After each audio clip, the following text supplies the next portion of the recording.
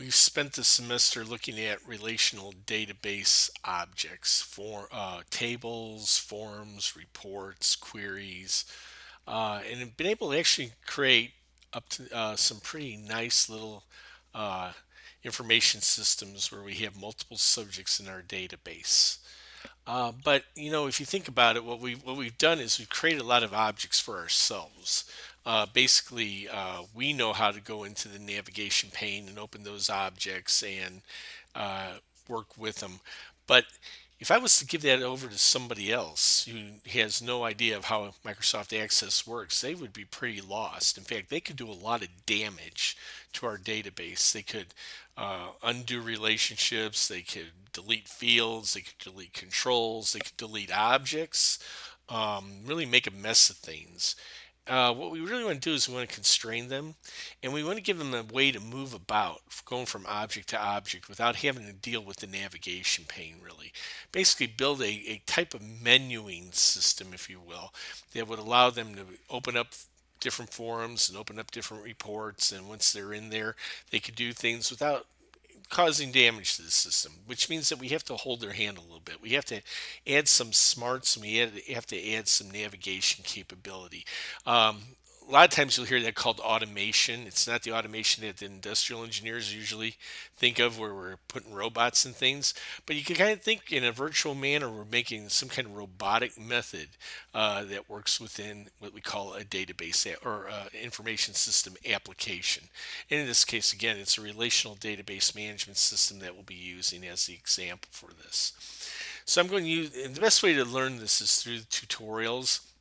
So I'm going to use tutorial T0701 to explain a little bit about navigation, at least one kind of navigation that we could do in a relational database. So I have a database that I've already prepared. Now, before you do anything else, you may not get a thing that says enable this.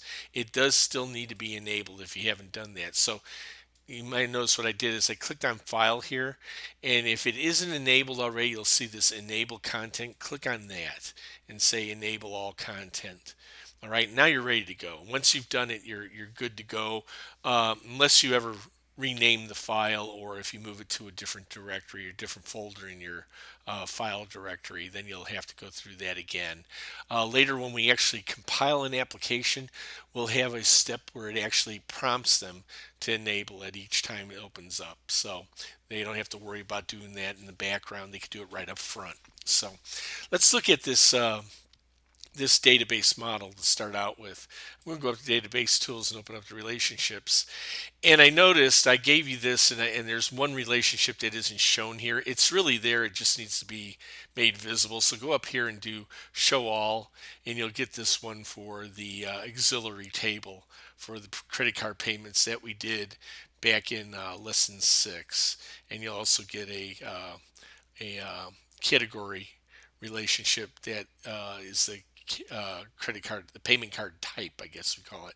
We call it the payment card here rather than credit card, which is probably a better way of saying it since you could have debit cards, I guess, too. But anyway, this is a database for a little, uh, I guess you would call it like world market type place, a grocery store or a specialty store that specializes in products from different countries, and it's mainly food products that they carry. So they have customers. That's a main subject in this, and customers can have orders, and orders can have products.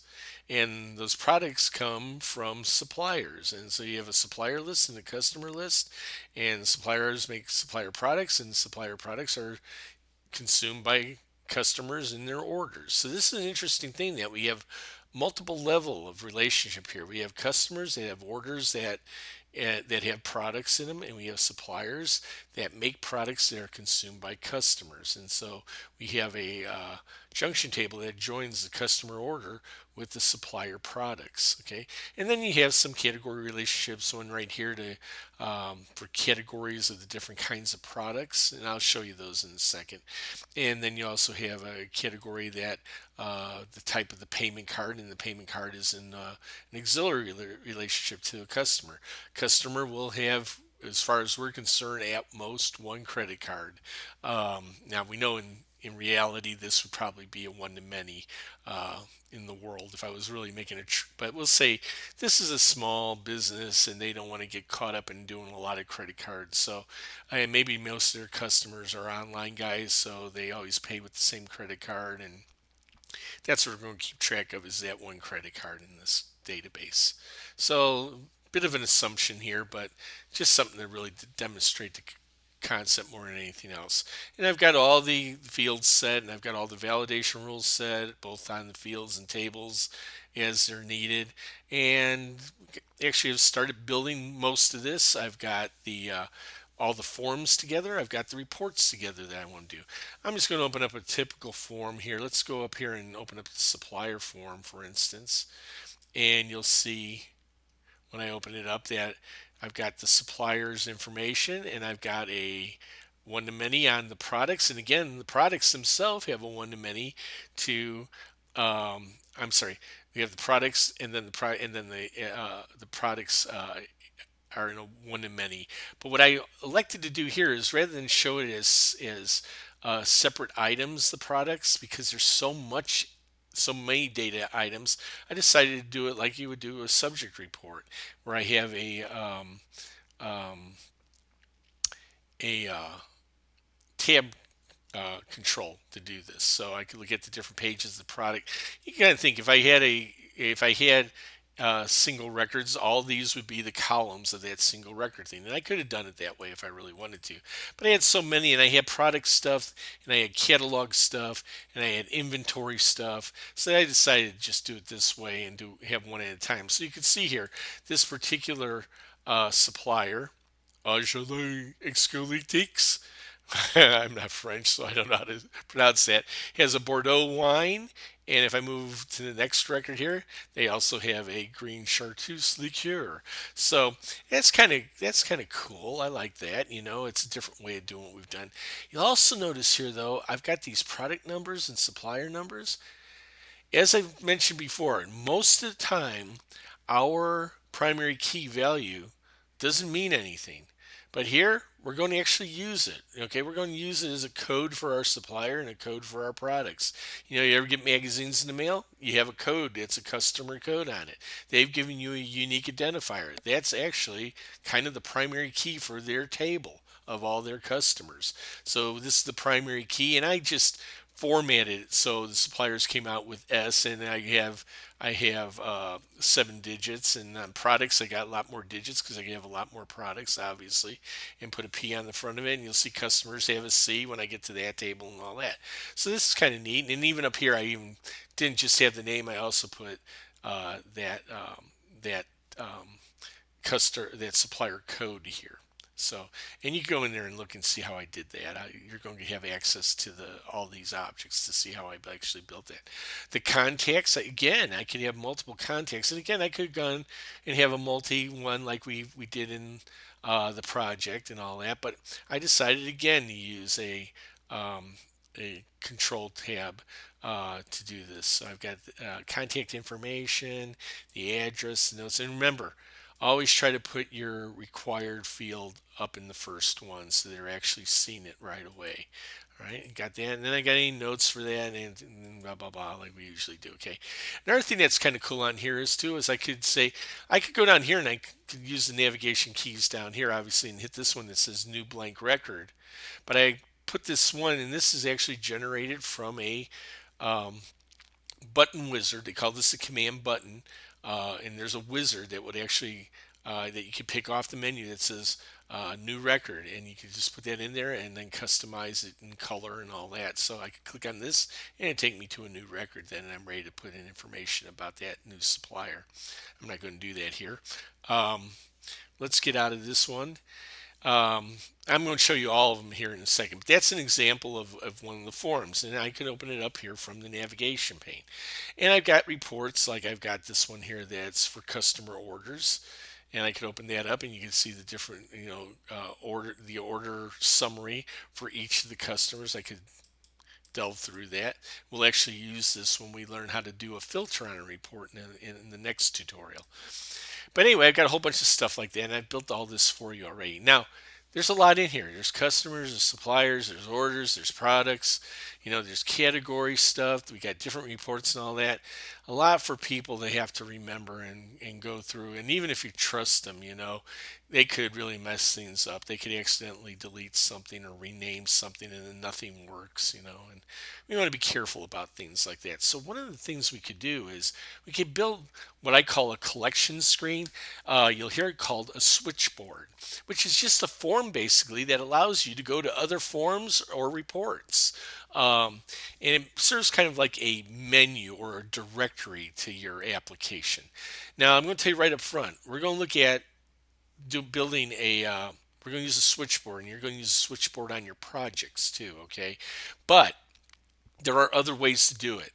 And at some point, if I don't show you all, and I will have that special advanced class, and I'll show you other ways you can navigate through objects without actually going into the navigation pane and doing that. All right. So, anyway, there is this object that says FSW application. First off, let me close down the relationship window. We're done with it. Yep, we'll save it. Okay. This one that says FSW application, that is actually a ball object. And right now, what I'm going to open up is a ball object that I've already started to go out and customize for myself. The ball object that you'll get will just be a simple gray thing with a couple buttons on there that will allow you to copy the buttons to create new buttons. Okay, and you'll see what I mean here in a second. But let me just open this up in regular mode so you can see it. So I just double clicked on, oh, I'm sorry, went too far. Let me go back. Okay, I double clicked. I'll close that down just so you can see it again. Unfortunately, to do that, I have to go to design mode and then close it down. So, and sometimes that squashes the navigation pane, but that's okay. Just click on it to open it again. All right, I'm going to double click on this and it'll open up in form mode, so it's usable mode, if you will. And you'll notice I've got got a title for my thing up here. It's in a tab control tabbed form like we're used to seeing. Okay, it's got a little button up here to close down the application. Again, these are there for when we actually build the app or something that actually brings up a little message. And we'll actually work on that here in a second. But you see, you got these different buttons to manage data. These are the forms. Okay, this is the forms for the tables and other things that we have, the forms that we have in it. So, for instance, that one I showed you a little while ago for suppliers is not here. We're going to build that one, all right? But let me show you some of the other ones. Product. Okay, so here's the different products I have, and you can see the name of the product and information about what it be like if I had a catalog, what would be the price and the unit quantities and all that. So these guys have a catalog and they actually utilize this information to generate the catalog, and I'll show you a catalog report in a while. Then there's the number that we have in stock. So this is for my inventory control stuff. And you can see I've got conditional format on some of these things where I've got a situation where I need to reorder or something like that, and notes and attachments and the whole one of the things one of the reasons I'm giving you this application is that there's things in here that we haven't covered in class that I think enough of you understand this enough that you can go out here and look at this behind the scenes and figure out what's going on. For instance, I've got this one kind of thing. It looks like a button, but it's really just there to signal if a product is in inventory or if it's been discontinued. So this particular one, Alice's Spring Lambs, is a discontinued product. But if I go to the next one, you'll see that this is good to go. I could have said something about available or something like that here, but I just made it green, and that's good enough. And you can see again, I've got all my um, required fields on the first one, but I could go in here and see the other stuff. And as I type in information, colors could change on these conditional format ones. And again, I got the ones I usually have in there for the standard fields. I could pick any product off here. And one of the things you might notice is it's the find product has the product name and then who actually supplies that. So I did a compound alias. I did a join to get a compound alias on there.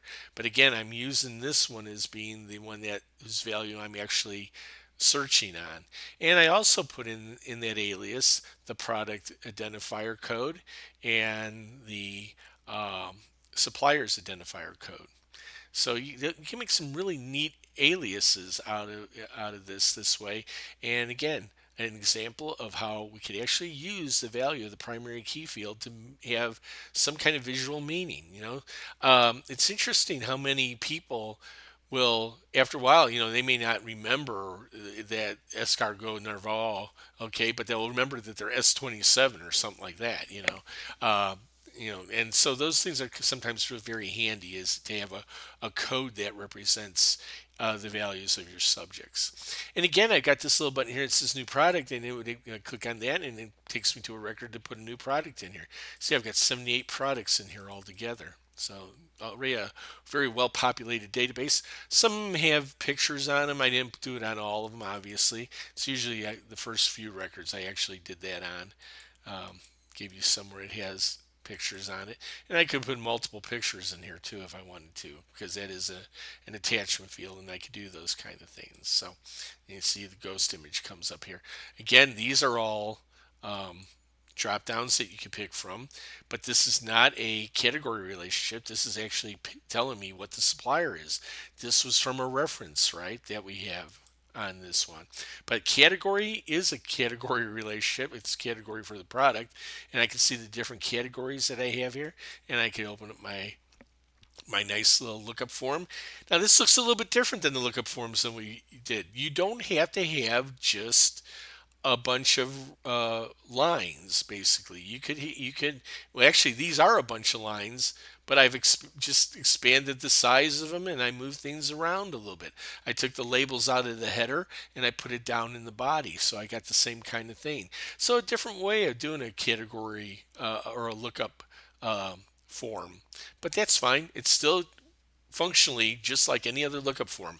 I did add a field to it though in the lookup table to be in for a category image, and that's how I would do that. So again, I know this is a little bit off of what we covered, but it is still in line with what we've learned. Okay, you've learned how to do these things. Okay, you could go in there and make these customizations to the baseline object library objects if you want to do that. Okay, and I don't think many of you will have any problems doing that. It's actually a very simple thing to do. So we'll close down the products, show you customers, and you're going to love this one. Okay, because remember, customers can have orders and orders could have products, right? So it's almost like I've got the orders themselves could be a subject by themselves, okay? And I'm going to show you that you can model it that way, or you can manage it that way. But right now, I want to manage everything from the perspective of just the customer. So I've got this information about Elizabeth Anderson, all right? And I've got her payment card information that came over in the one-to-one, in the auxiliary relationship. And remember that if I pick one, I want to pick them all, so I'm giving them a message about that. And I got notes about that attachment. Okay, but the cool thing here is I got the orders. Okay, and I go in here and look at the orders, and the orders have products. So I've got customers that bring up a sub form that has the orders in it. That brings up another subform that has the products in it. Now, here I used a tab control at this level, just like they use the tab control at this level. And I've got the order information that still belongs to the master. And I've got the notes that belong to the master and the attachments and data, but the products are in a supplemental table, right? Or actually, it's in the junction relationship between this and the supplier products. The supplier products and then the customer orders are in a junction relationship with each other. So this would be the junction table, if you will. Okay, the information that's going in there for Elizabeth Anderson on this particular order. Okay, and the order is given right here. And the information about the order is right here, the order date and the ship date and all that. I'm going to show you the kind of things that you could actually do. Very sophisticated here. I could add a record for a new customer, Or I could come in and add a new order for this particular customer. So if I have a new order for Elizabeth Anderson, I could click that and it's ready to put for the information for this new order. I could put in the ship date, blah, blah, blah, blah, all that stuff, and then start picking products for her. And again, this is where we actually found that we had an issue. Okay, so I'm not going to do that here. But if I go back to an order that she's already got, it's usually no issue. I could go down here and add a new one here very easily, and I got all my products and who makes them and the codes and uh, other information about them. Like, this is kind of neat. Look at it. I mean, if I was working there, I could look at this and I could see, oh, there's this one, but it's discontinued. I don't want to pick that one. And oh, hey, here's what its global name is, instead of its product name. And hey, I can even see how many units I have in stock of that thing right now. So, in case they decide they wanted to buy 17 of something and I only have 13 available, I'd be able to see that right now. So again, you could add information in this drop down that is not just alternate key information. You could add any other kind of field information if it helps the end user pick the record that they really want to work with. Okay, same thing up here. You've got the customers basically. So that's a really intricate form that we have there. Now, it might be though. And by the way, there's a thing in here where I'm actually tracking the age.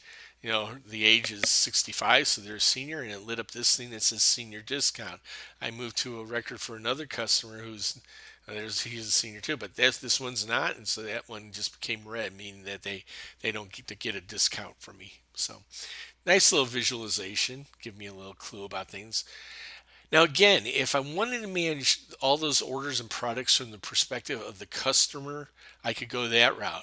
But another way would do it be is go to the middle, do it from the orders. Okay, so I'm going, and you'll see this is exactly the same information, but instead of seeing the customer, I'm going to see all the orders. Okay, and what I did is I sorted them by customer and date, and dates in descendant order here. So let me go in here and you'll see you got Elizabeth Anderson's first, and they go in descending order, and then his is second in descending order. Okay, so I'll see the most recent order that each one of these did in that drop down list, and then here's information about the order again. And again, now I'm actually assigning this to a customer, okay? Because I'm not doing this from the perspective of customer, I'm doing it from the perspective of order.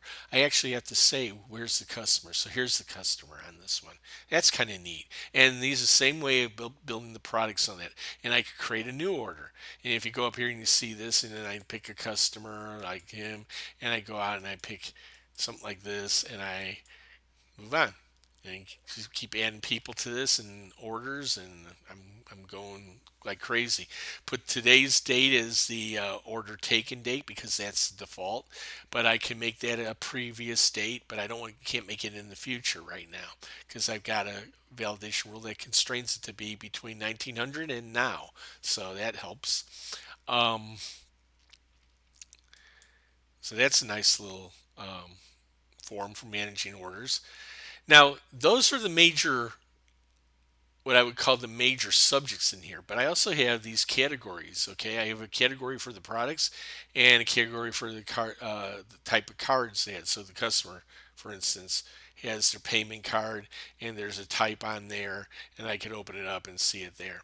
And right now, I've only shown you how to actually manage this data from a lookup form that pops up there under that ghost. You know what? That could pop up anywhere. It doesn't have to just be under the ghost. I could do it here at this level and open it up and manage those same values. And by the way, again, referential integrity is on here, so that if I renamed one of these things, it would rename everywhere. Okay, it's not just on when it's in a lookup a drop down. It's anytime that value changes in the sending table, which is the category table, the lookup table. Let's go and send that. So, and again, the product categories, and here those are the same ones we saw before, the same form we saw before. I'm just opening it up now in a way that you could actually look at it as if it's at the top of the heap. All right, so those are my forms that I have right now, and then I've got these reports. I've got this product demand report, which is really nice. A lot of information about the demand of the product here.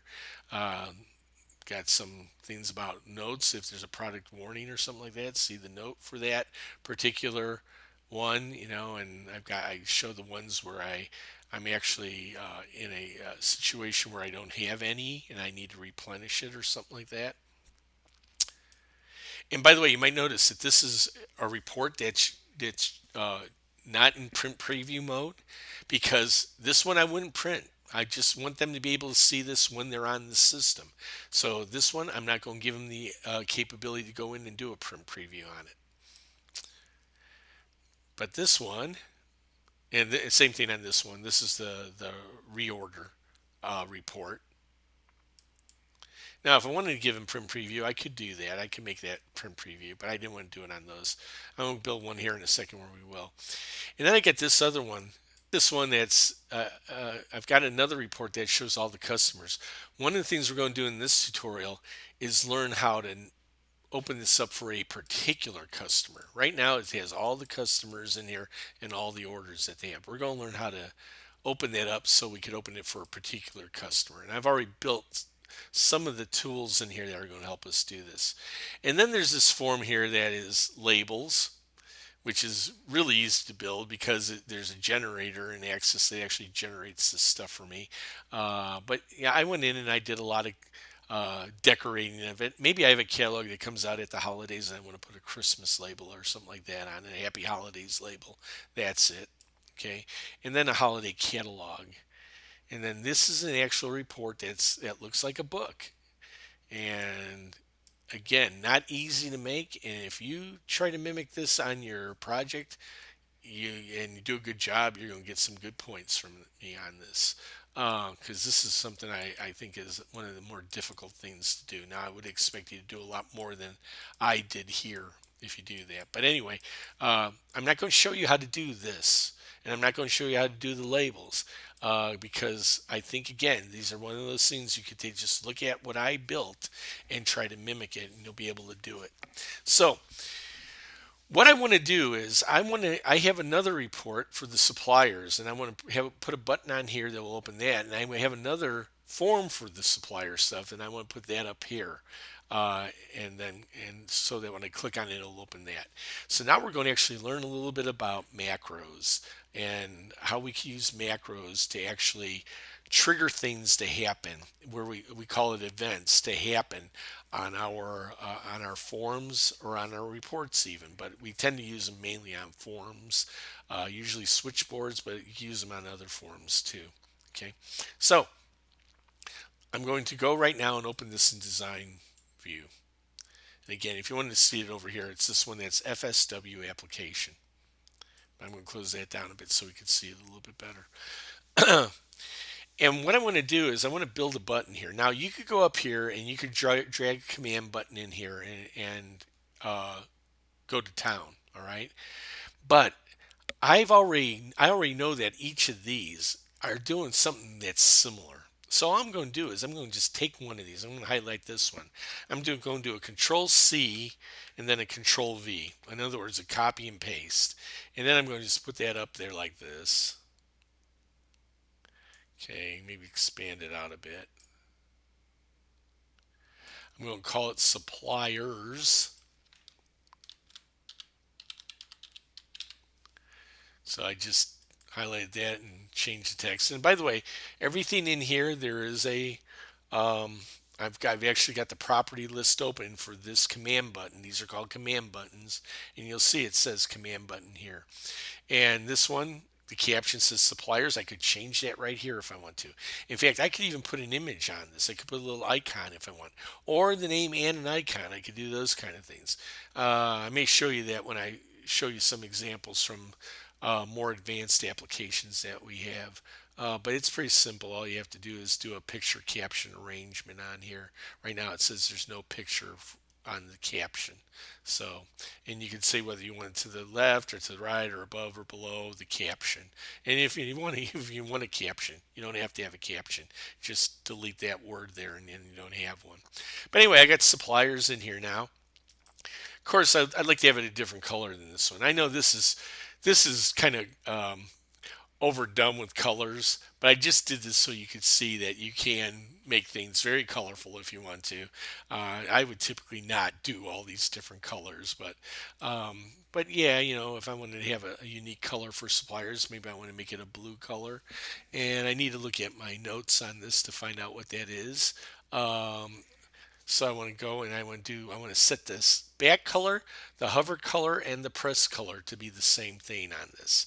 So I'm going to go over here and I'm going to do the back color, and the code is hashtag 84A1C6. And if I enter that, you see what happened. It just turned into that nice blue color. Now I also have to do that for the hover color and the press color. And the reason for that is I don't want anything unusual. And now sometimes what I'll do is on the hover color, oh, I just did the wrong thing. I said for color. Control Z. There we go. Press color. All right. Sometimes what I'll do is I'll hover means that you're passing your cursor over the button and it will actually make it change a different color. Press means that you're clicked on it, and as you click it could change the color. And if you want to do that, if you want to play around with that, feel free. In fact, let me show you. Let me go back in. I'm going to go to open it. So right now, see, as I'm moving over, the for hover color is changing to white on that, so it changes. But I could have made it so the button color changed too. And that's just a nice little thing so they know what they're on at any given time when they click on it. Did you notice when I clicked on that? I'm going to go back really quick and do that again. Watch when I click on it. You'll see that that turns yellow for a split second to indicate that that was clicked on. All right. So I manipulated the text on that, but you could just as easily manipulate the background. You can make it look like this raised thing, or you can make it look buried, or you can make it look flat. It's up to you. You get a lot of control over what the buttons look like. But the main thing we want to do is we want to open up something. And you might notice when I clicked on that supplier thing, it opened up the the product form. Why? Because I copied that one over, and that's the macros attached to this to open up that product one. And that makes sense, right? I want to make it supplier. So I'm going to go back here in design view, highlight that, and then I'm going to go down here to a bunch of properties that have on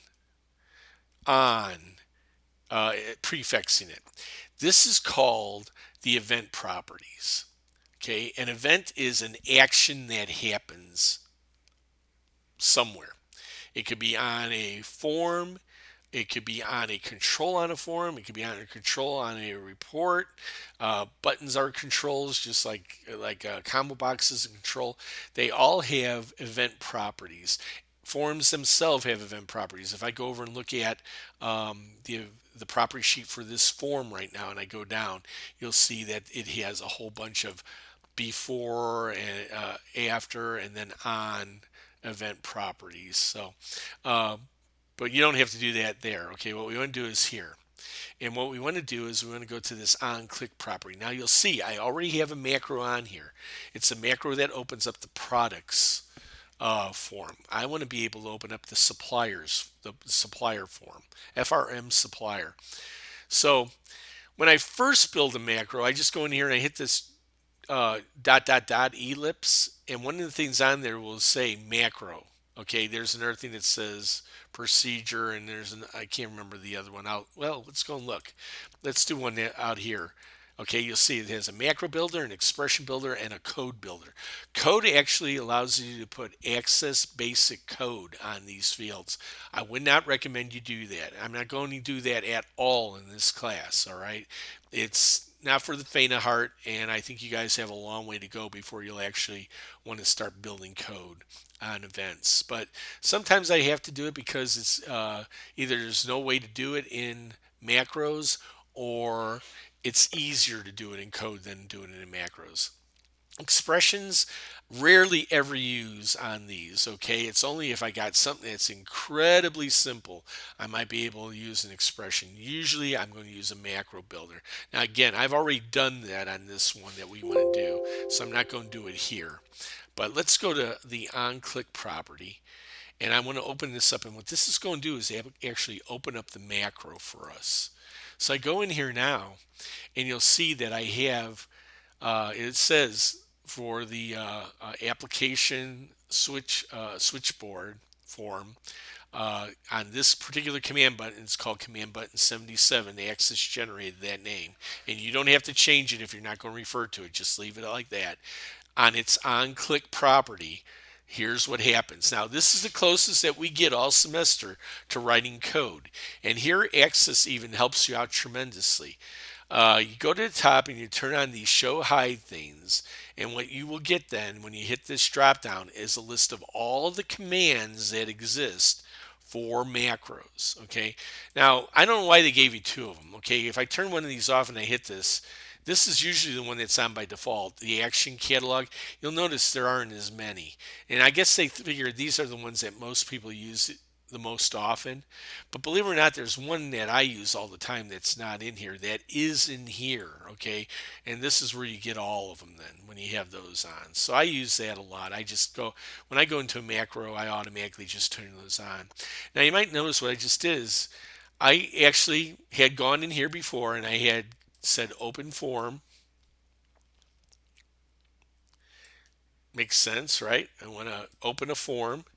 And then the form name, if I know it, I could just type it in, or I could hit this drop down and it'll have a list of all my forms.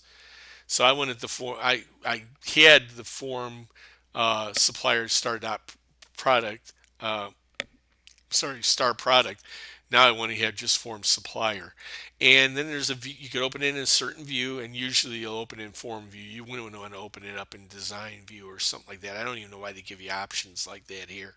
But you could have other things like a filter and a wear condition and a mode for it and a window mode and all that. Don't mess around with that right now, okay? In the objects I've given you, I've put the smart ones for you to use in this class. So right now, all you really need to do is go up here, highlight that one, go in here, hit the drop down, find supplier, click on it, FRM supplier, click on it, and now we are set. And then do a save. Now, you'll notice again, just like with queries, you have two save buttons. You have this one up here, which is the save button for the object, and then you have this one. I'm sorry, save button for the macro to be embedded in the form, or you could save it as an object itself. Don't use this one. All right, we want to keep our macros what we call encapsulated. That, again, I'll go back there in a second. Okay, but let's just say right now I'm going to hit this one up here that says save, and now I'm going to say close. All right, if I go back here, if I encapsulate it correctly, I would see embedded macro.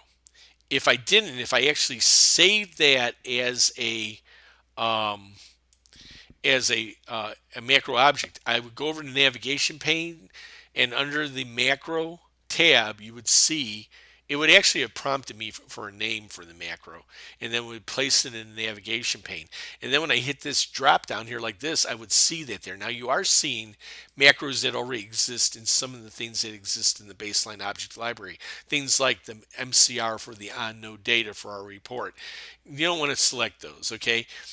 What we want to do really is, and I'm sorry, I moved on to this. I want to go back here.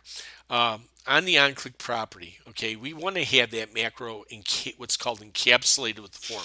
It means it's actually part of the form now. Why do we want to do that? Because later on when we compile Access, it will compile our forms and reports for us. If this was outside, it wouldn't be compiled. And then we would have the situation that somebody might be able to come through the back door and delete it, and then nothing's going to work. So we definitely want to make sure that we just save that so that it becomes an embedded macro. And you do that by clicking this save button up here at the top and then closing it down over here. So now we've got that done. I'm going to save the form, and I'm going to go back out there, and now you can see that. And let's click on supplier, and you'll see what happens. It just opened up the supplier form for us. That's neat, isn't it? Isn't that cool?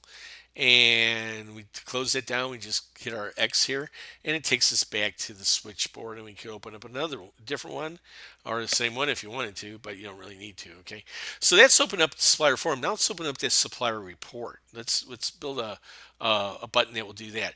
And by the way, one thing to point out is there are tab orders even on the switchboard, but I have everything where it says tab stop no. All right. I don't want them to be able to tab into anything on this form. I want them to actually pick things. So there is no data management that's happening from this form. This form is not bound. It does not have a record source. Okay. It is just a bunch of controls that's going to allow us to navigate. In fact, let me go back to the design, go out to the form property. I just clicked out here in the empty space and go to the property sheet for the form, and you'll see there is no record source. Don't put a record source on here. You don't want a record source on here.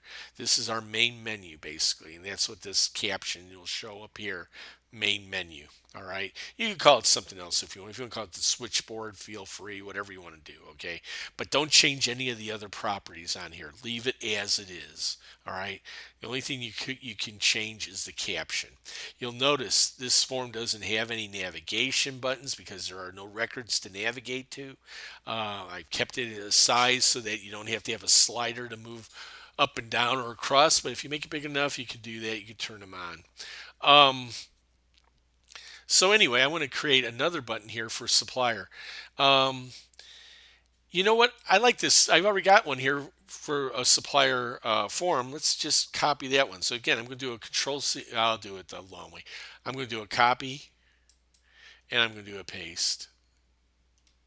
And just paste it anywhere because you're going to drag it in anyway, wherever it is. It does that a lot where it puts it up there in the corner, I noticed. So I'm going to put suppliers. I guess I'll put it down here somewhere. I don't think it matters. Okay. But again, remember, this now would open up the supplier form, and I wanted to open up the supplier report. So let's go and highlight that one and then go to its on click property. So in other words, when I click that button, now it's already got that macro. And if I open it up, you'll see it's the same macro I had before, and it says open form. I want to use open report. So let's go in here, and again, let's show them all just so we got them all. And hit the down, and if you go down, you'll see one that says open report. There you go. And I want to, let's see, I want to open up the report that says RPT suppliers. Okay. And do I want to open it in report? Report view would be where it continuously scrolls, or I can open it up in print preview. I'm going to do print preview, I think. Let me look in, I got to look at my notes to see how I actually did that in the tutorial. Yes, print preview. Okay. And I'm not going to apply a filter to this or wear condition, and the window mode is normal on this one. So, and again, don't ever mess with those. You don't need to in this, okay?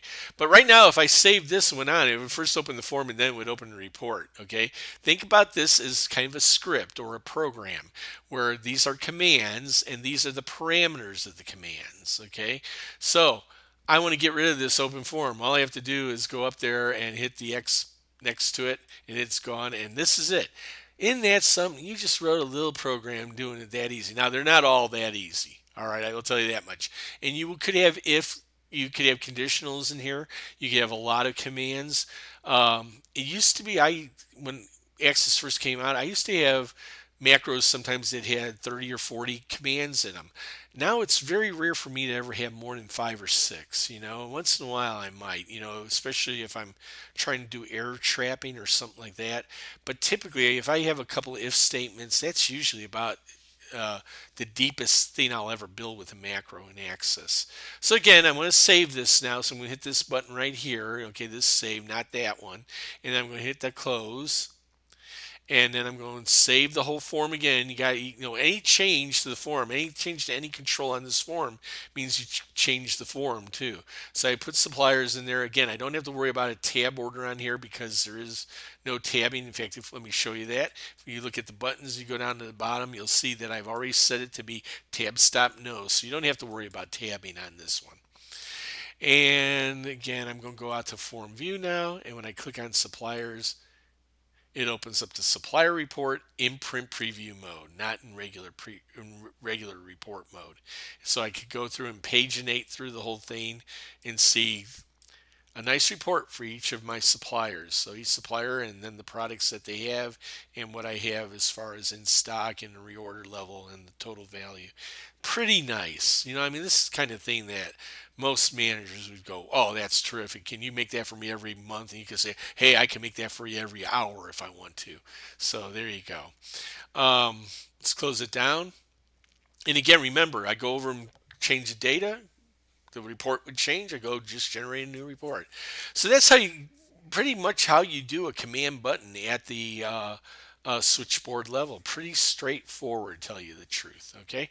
Um, Now in this tutorial, there is one more thing to show you, and really I could have made it a separate tutorial, but it's such a simple thing, and I thought I may as well just include it here and get it done. These two buttons here are kind of special. Okay, this one will close this form down. And it has a macro that runs that first will pop up with a message that says, do you really want to do it? And if you say yes, then it'll actually close access. It'll close the whole thing. All right. If you say no, then it keeps it here. All right. This keeps the form, this switchboard up. Okay. And I'll show that in a second for you. This one right here, though, opens up information. Well, I can show it right now. I'm in regular view. So if I went here and clicked on this right now, you see, do you really want to quit this session? If I said yes, this whole thing goes down. I'm not going to do that. I'm going to say no, and it keeps me here. All right. This one right here, when I click on it, opens up what's called a splash screen. Sometimes it's called a splash screen. I call it a splash form or a dialog form.